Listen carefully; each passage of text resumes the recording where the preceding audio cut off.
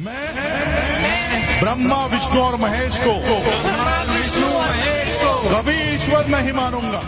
दिल्ली सरकार में कैबिनेट मंत्री राजेंद्र पाल गौतम इन दिनों अपने एक वीडियो के चलते सुर्खियों में बने हुए हैं। दरअसल राजेंद्र पाल गौतम का एक वीडियो इन दिनों सोशल मीडिया पर खूब वायरल हो रहा है, जिसमें वो बौद्ध महासभा के आयोजन में हजारों लोगों की भीड़ के सामने शपथ लेते हुए नजर आ रहे हैं। हिंदू धर्म के किसी भी देवी देवताओं को नहीं मानूंगा। और इस शपथ के कारण अब वो बीजेपी और विश्व हिंदू परिषद के निशाने पर आ गए हैं और बीजेपी नेताओं ने आम आदमी पार्टी से उनको बर्खास्त करने की मांग की है। अब ये सब क्यों हुआ है वो हम आपको बताते हैं। दरअसल दिल्ली सरकार में समाज कल्याण मंत्री राजेंद्र पाल गौतम बौद्ध महासभा के आयोजन में शामिल हुए, जिसमें हिंदुओं के देवी देवताओं को नहीं मानने की शपथ दिलाई गई। उस समय मंच पर राजेंद्र पाल गौतम भी मौजूद थे और वो भी शपथ ले रहे थे। पहले आप वो वीडियो देखिए। मैं ब्रह्मा विष्णु और महेश को कभी ईश्वर नहीं मानूंगा और ना ही उनकी पूजा करूंगा। मैं राम और कृष्ण को ईश्वर नहीं मानूंगा। अब इसी वीडियो को लेकर बीजेपी ने आम आदमी पार्टी को घेर लिया है। बीजेपी प्रवक्ता हरीश खुराना ने कहा है कि जहां चुनाव होते हैं वहां केजरीवाल और उनके नेता जय श्री राम और कृष्ण कहते नहीं थकते हैं, लेकिन जहां सत्ता में होते हैं वहां ऐसा अपमान। बीजेपी प्रवक्ता हरीश खुराना ने आरोप लगाया है कि दिल्ली सरकार के मंत्री ने हिंदुओं के इष्ट देवताओं का अपमान किया है।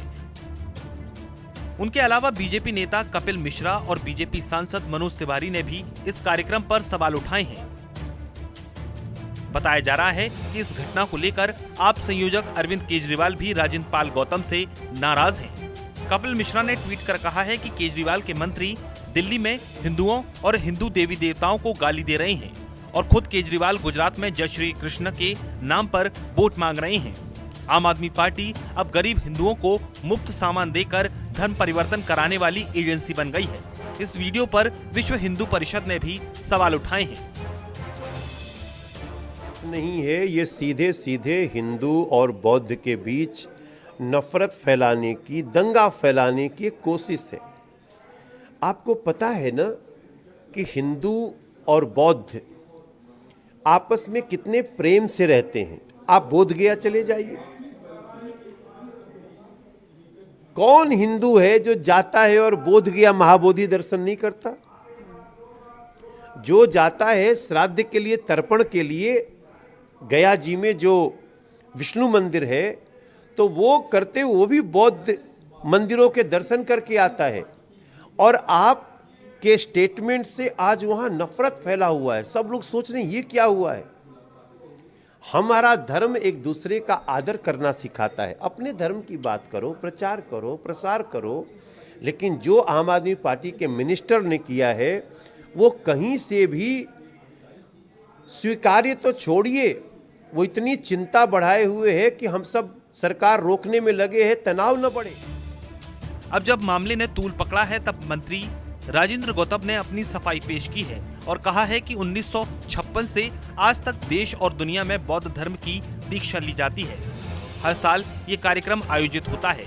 नागपुर में जहां बाबा साहेब अम्बेडकर ने दीक्षा ली थी, वहां हर साल 15 से 20 लाख लोग इकट्ठे होते हैं। गुजरात, उत्तर प्रदेश, तमिलनाडु, मध्य प्रदेश, बिहार में कार्यक्रम आयोजित हुए हैं। दिल्ली सरकार के कैबिनेट मंत्री ने बताया है कि बाबा साहेब अम्बेडकर ने जब दीक्षा ली थी तो उन्होंने 22 प्रतिज्ञा ली थी। किसी भी आस्था या धर्म को ठेस पहुंचाना मकसद नहीं है। प्रतिज्ञाओं का एक ही मकसद है कि भारत मजबूत हो और जातिवाद मुक्त भारत बने। भारत में दलितों के साथ उत्पीड़न बढ़ गया है, इसीलिए आज ये दीक्षा का चलन बढ़ गया है। इस दौरान राजेंद्र पाल गौतम ने मोहन भागवत द्वारा दिए गए बयान की तारीफ करते हुए कहा कि पिछले दिनों मोहन भागवत ने अपने भाषण में दोहराया था कि संविधान और कानून के प्रति लोगों की आस्था हो, दूसरे धर्म की आस्था की इज्जत करनी चाहिए, शमशान घाट एक हो, मंदिर में समान अधिकार होना चाहिए। आरएसएस चीफ के इन शब्दों की सराहना करता हूं कि उन्होंने गंभीर मुद्दों को उठाया।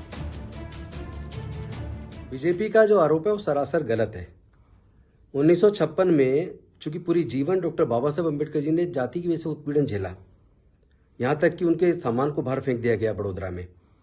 23 सितंबर 1917 को। वहाँ उन्होंने संकल्प लिया था कि मैं अपने पूरे समाज को हजारों साल की गुलामी से आज़ादी दिलाऊंगा। पहले उन्होंने इस सामाजिक व्यवस्था में जिसमें कोई जन्म से नीचे कोई जन्म से ऊंचे, उसमें सुधार का प्रयास किया, लेकिन जब वो विफल हो गए तो 14 अक्टूबर 1956 को उन्होंने बौद्ध धर्म की दीक्षा ली और अपने लाखों अनुयायियों को उन्होंने 22 प्रतिज्ञाएं दिलवाई। और वो चाहते थे कि भारत बौद्धमय बने, जो बुद्ध का धम्म भारत से पूरी दुनिया में गया, और वो शांति का और मानवता का धम्म है। वो धर्म में और धम्म में अंतर है। धम्म का मतलब जो वैज्ञानिक दृष्टिकोण से और प्रज्ञा पर आधारित ज्ञान और बुद्धि और विवेक से जीवन के फैसले लेना, और हिंसा ना करना, नशा ना करना, व्यभिचार ना करना, झूठ ना बोलना, इस तरह का संकल्प उन्होंने पूरे समाज को दिलवाया था 14 अक्टूबर 1956 को, अशोक विजयदशमी के दिन। उसी दिन से पूरे देश के अंदर और पूरी दुनिया के अंदर हजारों जगह पर हर साल ये बौद्ध धम्म दीक्षा का आयोजन होता है। तो बीजेपी बिना वजह की मुद्दा बना रही है। राजनीति करने के लिए उनके पास कोई मुद्दा नहीं है। एजुकेशन की वो बात नहीं करते, हेल्थ की वो बात नहीं करते।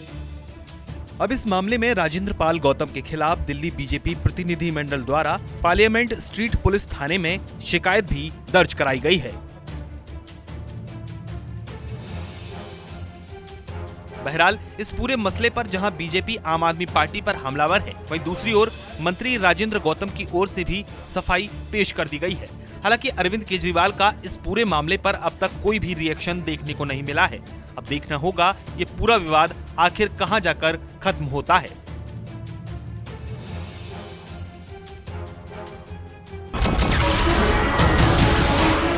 नमस्कार, मैं हूं मानक गुप्ता। अगर आपको हमारा ये वीडियो पसंद आया हो तो इसे लाइक और शेयर जरूर करें, और हां, हमें सब्सक्राइब और फॉलो करना ना भूलें ताकि आप देश और दुनिया की कोई खबर मिस ना करें। तो जुड़े रहिए हमारे साथ और देखते रहिए News 24।